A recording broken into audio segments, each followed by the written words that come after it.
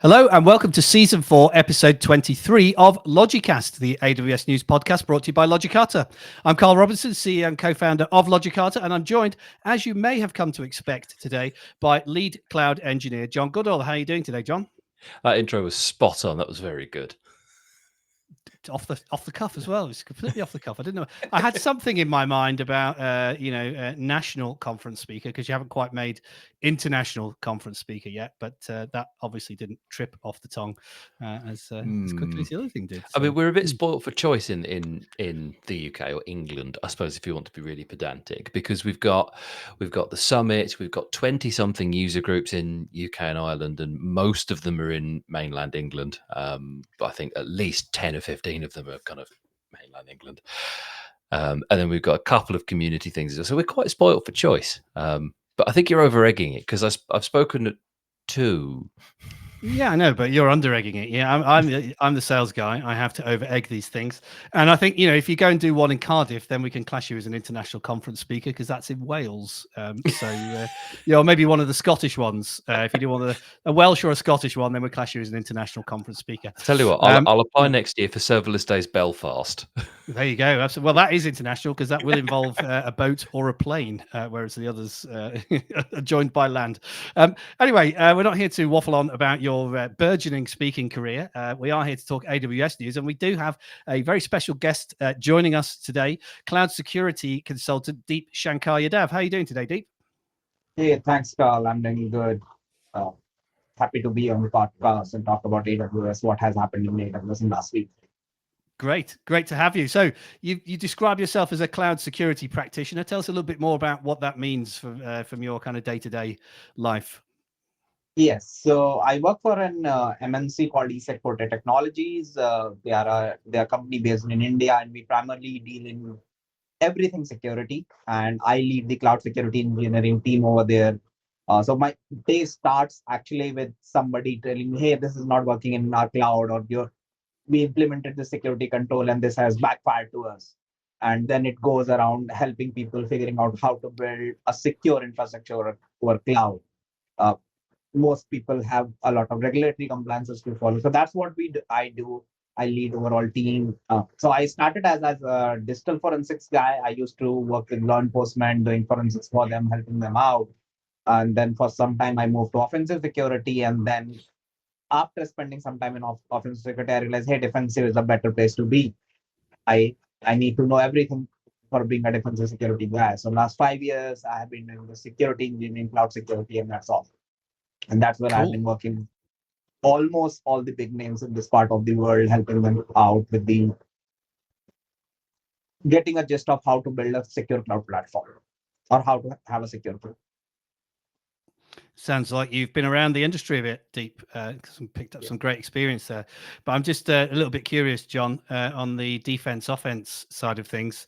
Karate? Are you Eagle Fang or Miyagi-Do? Neither. Gokan Ryu, currently. And I assume that's defense rather than offense. Karate is kind of neither of these things. It's neither and it's both. It's all things in balance and a lot of shouting. Well, don't do that, because many people I'll blow the mic out. Many people may be listening to the podcast in headphones, and we don't want to be responsible for bursting any eardrums. That would be rather offensive. Anyway, we're not here to talk about martial arts. We are here to talk about AWS news, as Deep mentioned. Regular listeners to the podcast will know once a week I curate a list of AWS news, which I share via my weekly AWS News Roundup newsletter. And then John selects a number of those articles that we'd like to talk about with our guest. And occasionally our guest has a preference, as Deep did today. So we've included one of the articles that Deep preferred. But the first of those articles is an article all about AWS Pricing Calculator, which was John's pick. So I'll come to John first on this one. The title of the article is AWS Pricing Calculator, now generally available, supports discounts and purchase commitments. So I'm a regular user of the AWS Pricing Calculator when we're working out environments for our customers, and traditionally you've only ever been able to get quotes for on-demand pricing. So if you wanted to do anything around discounts and purchase commitments, you had to do it manually. So I haven't actually tried this yet, but I don't know, have you tried it yet, John? Did you have a look at it? No, I didn't. I picked this because I saw how excited you were about it. I thought I'd give you one to talk about for a change. Oh, well, I should have looked at it then, but I haven't looked at it. I mean, I have been in the AWS pricing calculator recently, but I must admit I didn't look because I was too busy building out the components of the solution. But when I get to that stage, I'm sure I will be able to test out these new features. But it's certainly a welcome enhancement from my perspective, not having to do everything on an on-demand basis and then try and figure it all out afterwards. Because obviously, different, you can't just kind of apply a big discount number at the end, because different programs and different terms, etc., apply to different services. Compute savings plans only cover certain elements of compute. RDS can only have reserved instances. I wonder if it covers things like CloudFront savings bundles, etc. I don't see that listed in. Yeah, this they're a bit of an particular unloved article. sort of purchase commit, I find, because you talk about purchase commitments and you immediately think, and maybe this is just my bias, maybe this is the training and my experience, I don't know, but you immediately think RDS reserved instances, you think EC2 reserved instances if you're kind of a bit old hat, and word to the wise, they are being phased out, though not officially, like the newer instance types, you can't buy reservations for them. So they're being gently phased out in favor of compute savings plans. And you can have EC2 savings plans as well, which is, I suppose, where the EC2 RIs are being phased out. So you just do an EC2 savings plan. It's kind of the same thing. Or a SageMaker savings plan, if you're that way inclined. But a CloudFront savings bundle is something that, yeah, it's a bit unloved because you don't see it spoken about very much. It can save you a really decent chunk of money if you're a heavy CloudFront user, and to an extent a heavy WAF user as well. Because if you're using CloudFront, you should be using WAF, and the savings bundle kind of covers both of those. But yeah, it seems a little bit unloved as a product. But this, I don't think this in particular. No, go on. I don't think it makes it into the recommendations even, does it? In Cost Optimization Hub, I've never seen it in there. No, I've never seen it either. This tool, I know you got quite excited about this, and it's why I've picked it. It's an interesting one for me because whilst it's really good from some perspective, it's really awkward from another, because if you work, there's obviously two types of people that work with AWS, right? There's folks like us who are consultants, really. We do managed services and various other things, but by trade, we're consultants. We consult, we work externally to the business, okay? And then there's product businesses that make and build a thing, and then they run that. And, you can break that down further into various other things, but, you're either a consulting business or a product business at its crux. I can see this sort of thing being incredibly useful for product businesses because we want to go do this new product and we want to look at our costings over the next year or 3 years. And now I don't have to do a lot of manual work and so on and so on. I can see it being weirdly slightly less useful for consulting businesses like us, because when we do a price estimate in the cloud, it's quite hard to be really accurate on new business, okay? Because product businesses, even if it's something new that they're doing, they probably have a really good understanding of the domain that they're working in. They understand what they're doing, they understand what they're building, and the spec and kind of all the rest of it, unless it's really brand new greenfield, in which case use serverless, none of this applies. For folk like us, for consulting businesses, where you're coming in and saying, well, I think it's going to be about this much, but we've never built it before, or we've built it but not for you, and you don't know what your traffic patterns look like. We like to do on demand because it's the easiest to understand, particularly for folks that we're helping move into the cloud, because we do a reasonable amount of that. And that's quite hard to explain that, okay, so you don't buy annually, you buy monthly, and your charges are as you use them. But then you can make them cheaper by doing this, that, or the other. You could do spot instances, you could do committed purchase, you could do, and it's adding just another layer of things we need to talk about kind of up front, I think. It's not a bad thing that this tool has been updated, and it makes the tool much more useful and much easier to understand. Well, not understand, but, much better to use. But I can see it increasing the number of conversations that consultant folks and, SREs and platform folks have to have with non-technicals. Because if you've previously shown someone how to use this pricing calculator so they can get an ish number, because an alarming amount of cost forecasting in the cloud is suck it and see, which is a really old term, I think, from electronics engineering, to suck on the end of the cable, and if it's live, you find out. I think that's where that comes from. Suck it and see. Yeah, and a scary amount of cloud cost forecasting is suck it and see, which is just do it, see what the bill looks like at the end of the month.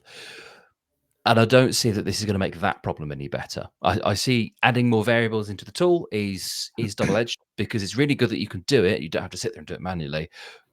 But there's more things you need to take account of now. And it's still not going to get you a decent estimate if you don't accurately know your usage patterns. So use serverless and move on. Yeah, I mean, I think it's, it always has to be caveated as an estimate because you don't know what you don't know. But I think generally we just pitch the old way, everything on demand is a worst case scenario, and you'll be able to save some money. At least you'll be able to now illustrate the sort of savings that a customer might be able to make by tweaking the different variables in the tool. What are your thoughts on this, Deep? Are you a user of the pricing calculator? I do actually. So a lot of times people do ask me, "Hey, you want to create a cluster? What would be the cost? Or how you're?" So at least it will save me that morning call from a CFO. Hey, you only told me it will be $100. Now I have a bill of $300. Explain this to me. This I know for consultants it's not that much of a value, but for internal teams who are building infrastructure and they know what they want to build and they know okay what sort of resources it will help them a little bit. But again, I was just thinking about it, and for AWS it happens a lot with me when I look at an AWS release and then I'm like, hey, you're not doing this. You would think for a cloud platform the first thing they should build is a pricing calculator which is full-fledged. Not after building 200 services. Now they're saying, hey, we have a pricing calculator that is generally available. So it is going to help, again, a lot of internal teams. Again, I say that cloud cost is an engineering problem rather than a finance problem. That has been my take at a lot of organizations. So it is going to help out those engineers getting those angry calls from CFOs. Hey, why you asked for $100? It's $300. Now go ahead and explain. And I have had multiple of those calls. Yeah, the estimate did not match because while we were building the infrastructure extended a lot. Sorry, go on, John. Yeah, it's not that the pricing calculator is generally available; it's that this new feature is generally available, Correct. right? So Well, let's be very clear about that for the sake of the listeners. Well, I was just reading the brief article, and I think it may be a completely different pricing calculator. So I should have looked. Oh, it's in the console. It's in the console, yeah. Whereas the previous one's not in the console. This is in the billing and cost management console, whereas the previous one was just a web app that was available publicly on the web. It's not calculator.aws. It's inside my AWS.Amazon.com. Yeah. So I take back a number of my caveats around accuracy, but equally I don't, because if you're working on, here's my workload and I want to see what it looks like if I make this, that, or the other change, it can now get your historic data. Yeah, so we ought to go and have a play with this really, and see how it works, and come back and talk about it on another episode when we've actually used it, because I think it's quite interesting, and I hope it's better than calculator.aws, where the only way to save your estimate is to export the URL and make sure that you've kept that URL somewhere. Otherwise, you've lost all of the work that you put into that tool, which is always pretty horrible. It can be hours and hours and hours too. Yeah. And every single change you make, you have to export the URL again to make sure that you've got the changes saved, which was pretty hideous. So I think it can only be an improved experience over that. But let's log in and have a look and have a play with it, and come back and talk about it on another episode, because I'm excited to see what they've done here. Anyway, on that note, let's move along to our second article for this week. This one was your choice, Deep. So this is an article all about Amazon EC2, which now enables you to delete underlying EBS snapshots when deregistering AMIs. So what was it that excited you about this one? I keep using the word excited. Maybe you're not excited, but yeah, you were definitely interested. So let's start with interested. What was it that interested you about this one? Okay, so I have a story. So I was doing a consulting with a customer, and it was a customer who was using AWS for quite some time. And when I logged into their account, something did not make sense because their EC2 storage pricing was way too high. They were paying so much for the storage, but they only had 50 EC2 instances, and it was not making sense at all. And when I started clicking through, I started finding, hey, what is happening? What is there? And I found out they have 70,000 EC2 snapshots in the.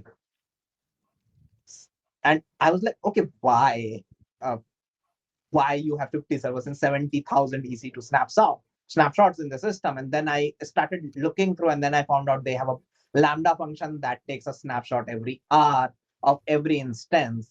They did a POC for a backup solution. They forgot to remove the Lambda, and it just kept creating those snapshots, and that number was very high.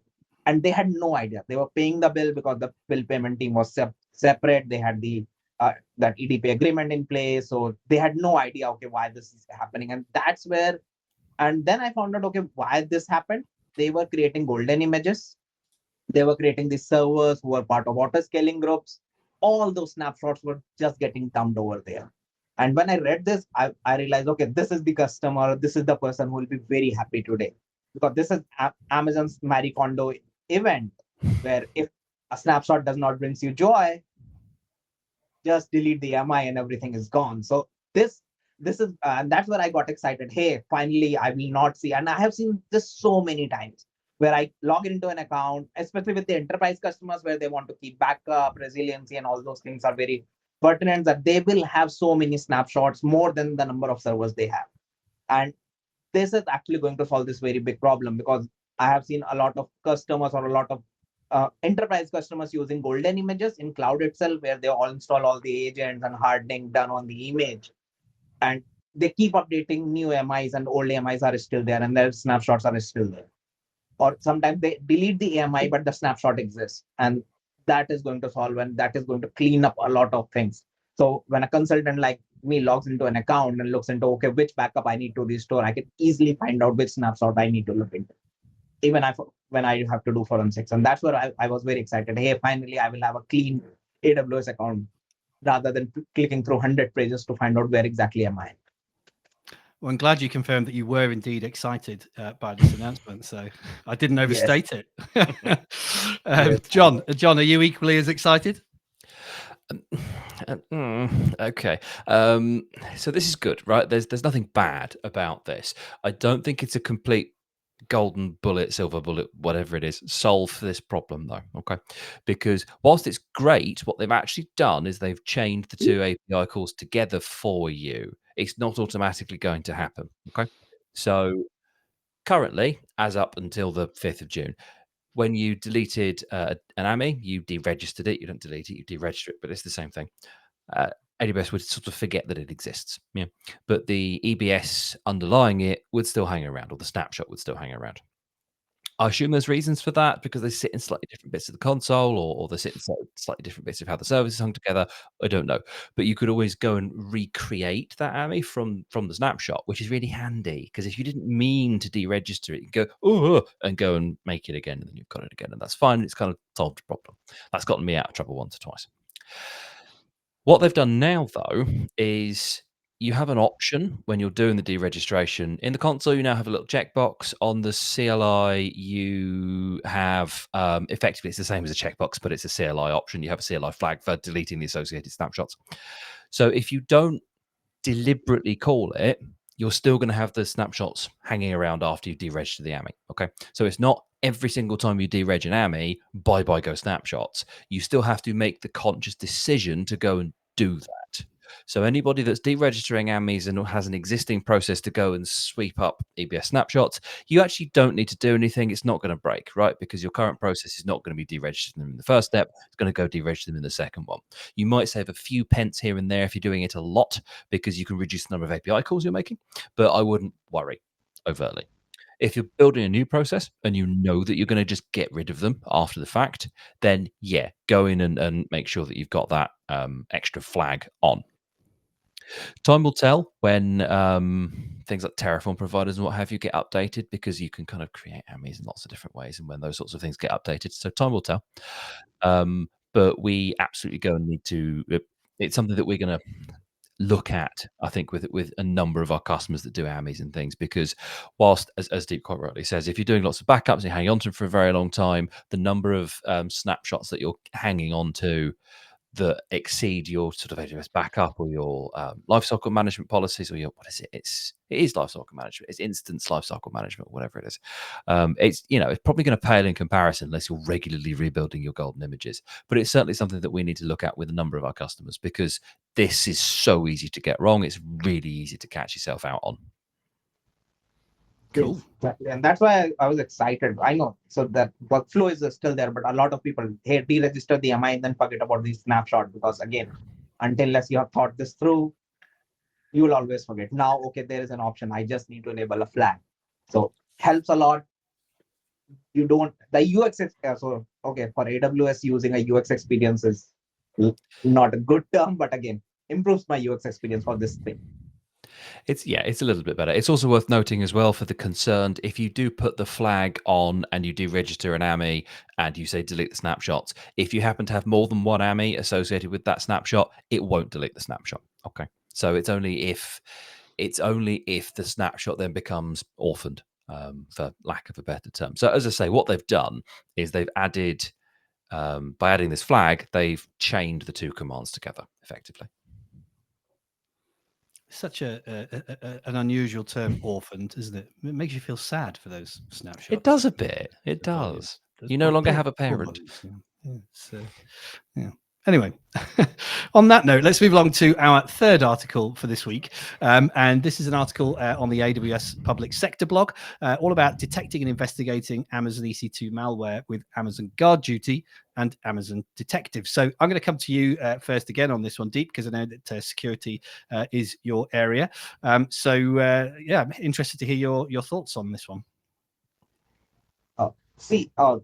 I went through the whole article. So it's more about that how you can use two services together, and that has been kind of a thing where people went to third-party service providers over AWS. I love Guard Duty to the core. Guard Duty is my favorite service. Even if somebody goes with third-party tools, I say, hey, don't disable Guard Duty, because the level of detection Guard Duty can provide, nobody. Detective and others, you can always, there are better alternatives available, but Guard Duty again actually provides a very good workflow. So I know a lot of customers who use AWS native services. So they have that whole security hub stack with Detective, Macy, Config. Now what this helps out is provides a very good workflow that how I can use two services together, how Guard Duty can detect a malware, and then I can take all that data into Detective, build graphs and analyze, okay, what is my impact if that malware has done something apart from impacting a particular server. And this is actually going to help a lot of investigators like me.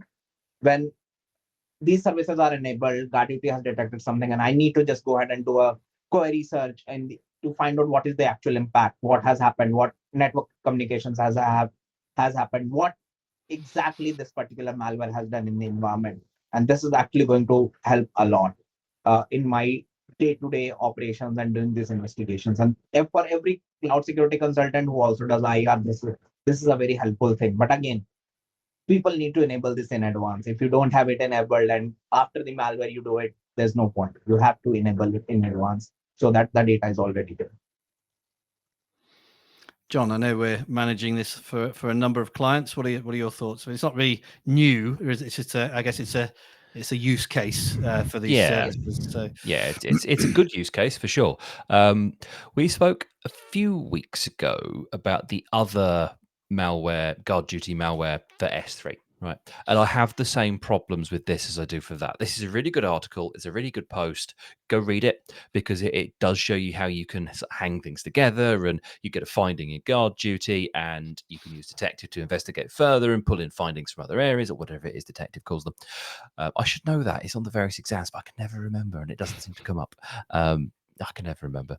But it can then, no, it's Guard Duty findings, and then you can do an investigation in Detective, and it'll pull in data from other places, and it's really good. So go read this. It's a good read. Definitely go do it. The issue I have is, unlike commercial malware protection offerings, and I'm thinking your CrowdStrikes, your Sophos, your whoever, right? Others are available. The remediation, you have to build it yourself. Okay. If you go and look at something like a CrowdStrike or a Sophos or whatever, they will have a quarantine function built in. You put the agent on the box, and okay, you have an agent on the box, and you don't necessarily have to have that for this. So there's some logic there, but you can run this on host, right? There's an agent, you can put it on the host. So it could do this, with a bit more work. You have to go and do the quarantine yourself. If you look at a commercial option, they will quarantine files for you. Bang, done, locked it down.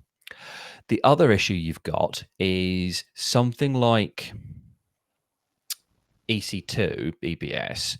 If you add files to the drives, they don't trigger a scan because it kind of doesn't know. A scan is triggered by something else flagging as suspicious, and then it will go and scan the box, right? So if you've got inspector on the box, then that can cause it to trigger. If you have things like other bits of Guard Duty, and Guard Duty picks up that, it looks like there's a crypto miner on this box, it will go and scan the box. Okay. But it doesn't scan based on, I would like you to scan when a new file is put on the drive, please. And that's pretty key for things like malware protection in an old hat sort of server world. But it does do that when you upload to S3. So it's not like they don't know how to do the triggering. I think the issue I have with guard duty malware for EC2 EBS is they've gone too far down the route of, well, you don't need to run any agents and there's no overhead and all the rest of it. They've gone hard down that line to the exclusion of the customer that actually wants things to be scanned on the box and in real time. So that's kind of the issue I take with this, right? I've got no issue with the article at all. The article's very well written. Go read it. But I just have some issues with the tooling. Same issue. So with the AWS security stack, I also have the similar issue. You have good individual services, but if they could work together without a customer playing around manually with everything, it would have been the best cloud security platform. But again, they made these individual services and they don't, by default, they don't even talk to each other. You have to make them talk to each other. And then, so that's where the third party or commercial players won this war against the traditional CSPs, because CSPs would have been a better player for cloud security. But again, CrowdStrike, Wiz, Palo Alto, they won this war because they bought this capability. Hey, we can remediate automatically. We can provide you better workflows. While AWS has all these services, but requires a couple of people and couple of effort to set it up properly. And even that, you don't achieve the same functionality. Do you think it will come? Do you think that that AWS will build this sort of the workflows in the future? Do you think they're holding off because they don't want to eat their partner's lunch, as it were? Because, you know, a lot of When the did that stop vendors... them? Well, you know, maybe they sneak I up used on the to partner's think- lunch. Don't they? I used to think it will not happen, but with the Google Wiz thing, which happened, and then Microsoft going all in on Microsoft Defender for Cloud, doing all the third-party things, I think AWS might pick up. It's just some PM thinking, hey, these two are doing why I'm not doing. But again, it's AWS. You never know. Well, watch this space. Let's see how these tools develop over the coming weeks and months. On that note, let's move along to our fourth article for this week. And we've got all the way into our fourth article without mentioning AI. But of course... I don't know. The malware thing is AI driven. But I don't think we actually said AI. So you are right. They are AI-driven services, but I don't think we mentioned that particular aspect of it. But now we're going to dive in feet first into AI. This is an article on the AWS machine learning blog, all about how you can supercharge your development with Claude Code and Amazon Bedrock prompt caching. And I felt like we'd spoken about prompt caching on the podcast before, but I don't think we have. I think you spoke about prompt caching in your recent talk, Yes. John. I spoke about prompt caching on the basis that I wanted to use prompt caching and then didn't. I wanted to use prompt manager and then prompt caching as well on the basis that when we run the transcripts for this podcast through it, the prompts are incredibly similar to each other because you chuck the whole transcript in, right? And the only bit that's actually different is the do this slightly differently with this whacking great transcript. Here comes big transcript. So if we could cache that, then we could save ourselves a not small amount of prompts, of tokens and all that kind of thing. But that's probably where you've heard it. I wasn't too fussed about the prompt caching on this one, to be really honest. I just kind of picked an AI article and went, oh, that'll do. And I kind of read it a little bit, not as much as I should have done because I've been entirely too busy doing, real work. But it seems like Anthropic is getting in the vibe coding business because Claude Code it's an in IDE, I think, and in terminal at coding assistant. So they're getting in on the vibe coding scene, it seems. And article again, definitely worth going having a looky-loo. It's also worth knowing as well that if you do use these sorts of things through your AWS account rather than through sort of Claude directly, no data is actually leaving the AWS ecosystem because they copy the entire model and run it themselves. They don't sort of send it back out to the vendor. So that's worth knowing as well if you're worried about that sort of thing. So if you did want to get going with these AI coding assistants and QDeveloper was not your cup of tea for one reason or another, and you were worried about your data kind of leaking outside of where it's already held, this is when you could go and have a look at. Because if you connect it to Bedrock, it's never leaving AWS. Yeah, I guess it's interesting to see Amazon or AWS promoting this. We're not Well, they promoting it own a big against chunk of developer. Anthropic, don't Yeah, they? exactly. Yeah. So yeah, potentially these things might converge in the future. I guess. I don't know. We'll have to wait and see. What are your thoughts on this? Deep, are you using coding assistants? Yes, I do. So they have helped a lot. I don't have to write all these scripts now from scratch. They do help a lot. But again, yes, this is actually so I know a lot of companies who have started hiring people who were even not that technically good on the coding interviews because they know they can give them a coding assistant and have a senior reviewing their code, and that can help out. But again, with this, a lot of companies have had these issues where we don't want to use ChatGPT or we don't want to use these public services because they might create an issue. I want something private and Bedrock help over there. And this is actually going to save the way they are doing it. They are going, whenever I create a checkpoint or marker, Bedrock is just going to save the state. And when next time I want to prompt to it, so it will actually start from that state. So I will save a lot of tokens. I don't have to send all data back to an Bedrock, and it will actually help a lot. So again, a good feature, welcome feature, and is actually I know a couple of big customers, AWS big customers, whom it is going to help a lot. Although means when they killed the code, that CDK, some of the services from Code Commit and others, I was like, okay, is AWS exiting the developer featuring market? But this is again a welcome change, and I think this is going to help out a lot of those people who don't want to use those native services. Is it late to the market, do you think, given that we've got, GitHub Copilot and Q Developer, or is the market not sufficiently developed for it to I be don't know too that late? you can be late to a market that's been around for a year. And again, if you look at the performance, see, Anthropic has got the edge so far. So I know every week it changes, but Anthropic has been very consistent when it comes to generating code. Like ChatGPT does better reasoning, and we can debate around that. But from the code point of view, Anthropic has that edge. So even if we say they are late, the models which are they using and their partnership with Anthropic is going to be actually a very good thing for AWS. But again, market is still developing. We talk about having micro SaaS, a lot of vibe coders generating everything, new things every week or every day. But still, there's a lot to cover in the market now. Absolutely. I guess we'll see some convergence at some point in the future, but I guess it doesn't matter for AWS whether people are adopting Claude Code or Q Developer because they have a vested interest in both. Yeah, I'd love to know the model that sits underneath Q. I really would. It's got to be something. I genuinely, because AWS is in a funny position for this sort of thing, right? Because they have a couple of their own sets of models now. They have the Nova models and they have the Titan models. And they obviously have a vested interest in the Anthropic models as well, because they spent a load of money on them. So I'd be really interested to see what model is sat underneath Q. And I guess it's not just one, and that's probably the point. Yep. There is no one model to rule them all just yet. But like you say, Deep, I think, Anthropic's Claude is certainly rising to the top, not only in code, but in other mediums as well.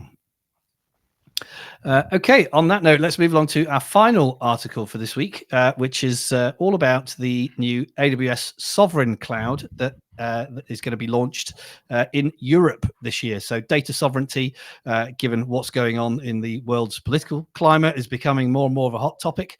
I don't know whether it's actually going to be driving business decision making anytime soon, but there's certainly a lot of talk in the market about people wanting to move away from large US vendors, given what's going on in the US at the moment. And I guess this is AWS's response to that. So they've been talking about the European Sovereign Cloud with isolated data centers, etc.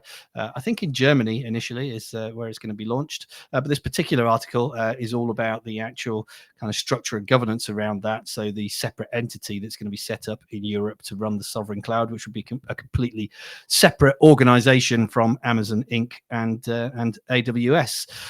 So, John, thoughts on this? Do you think it's necessary? Are people really that worried about dealing with American vendors? And is this the answer? Are they really getting away from an American vendor? by dealing with a subsidiary, I guess. Yeah, don't know. So all of the noise that you're hearing since kind of the start of this year is all quite reactionary, right? And you don't build a data center in 6 months. You don't. It takes longer than that.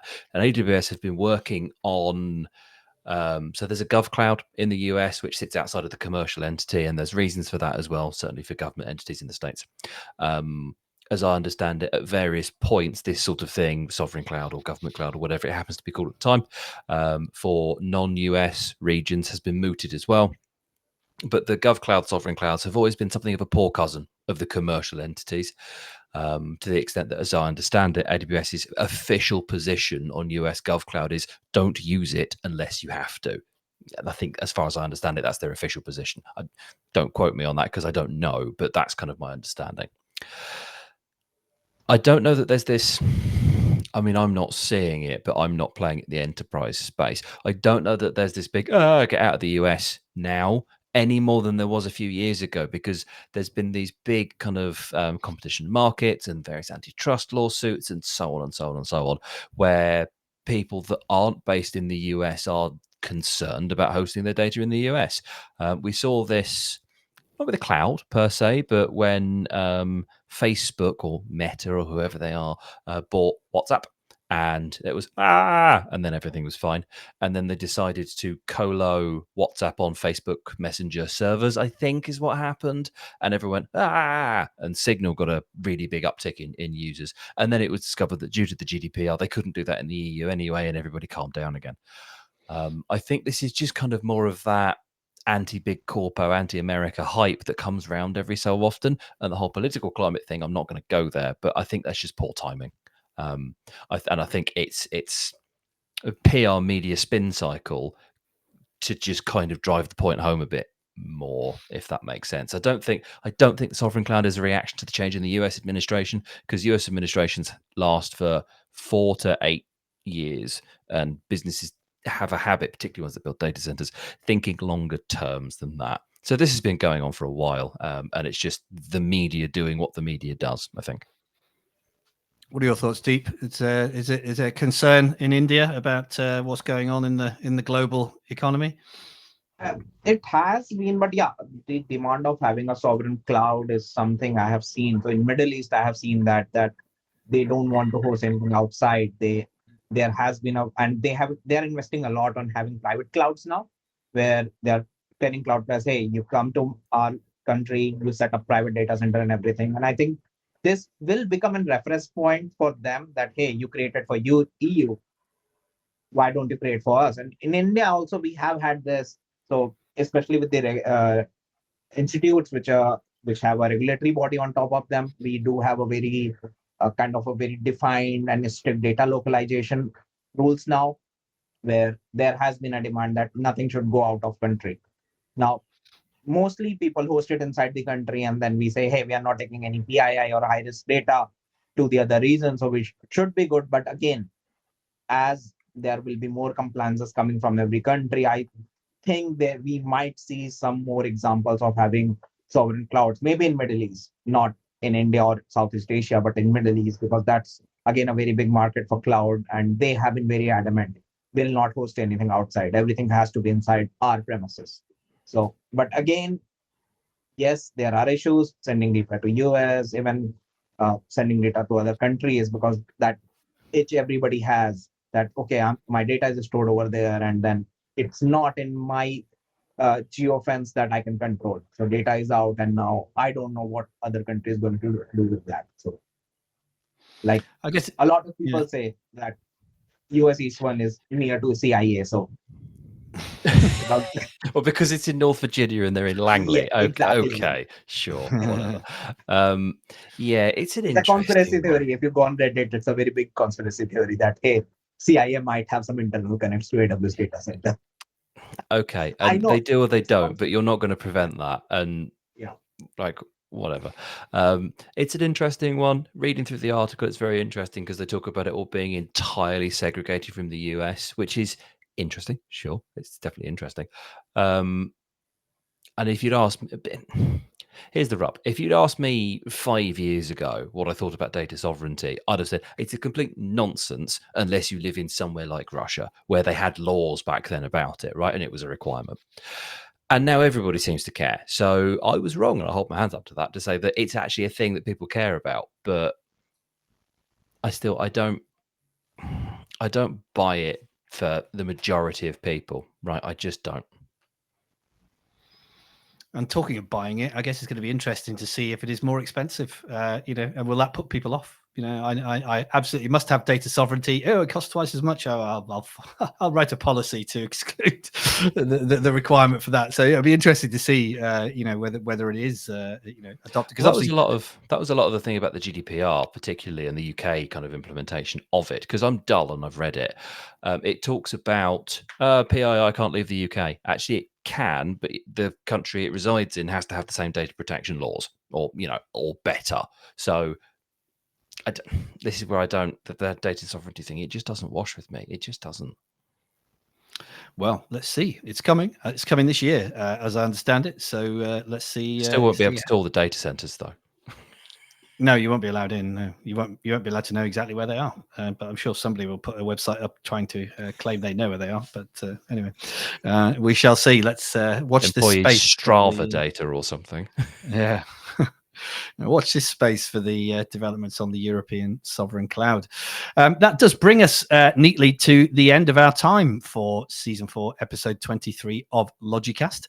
So it just remains for me to thank you, John, as always, Goodall, for your insights. Thank you very much to our guest as well, Deep Shankar Yadav. Thank you for joining us and sharing your insights about AWS, the world of security, etc. as well. It's been great to meet you and great to have you on board. If you are still listening and you've enjoyed the podcast, please do tell your friends, give us a review. We are available from wherever you download your podcasts. And if you'd like to see Deep's cat in the background today, it's normally John's cat in the background, but today it was Deep's cat. And I see that I think there was a guitar or something in the corner, which has now fallen over due to the cat.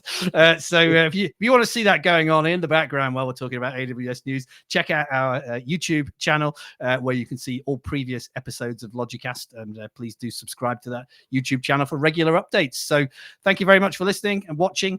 We'll be back next week with another episode of Logicast for you. Until then, see you again next time.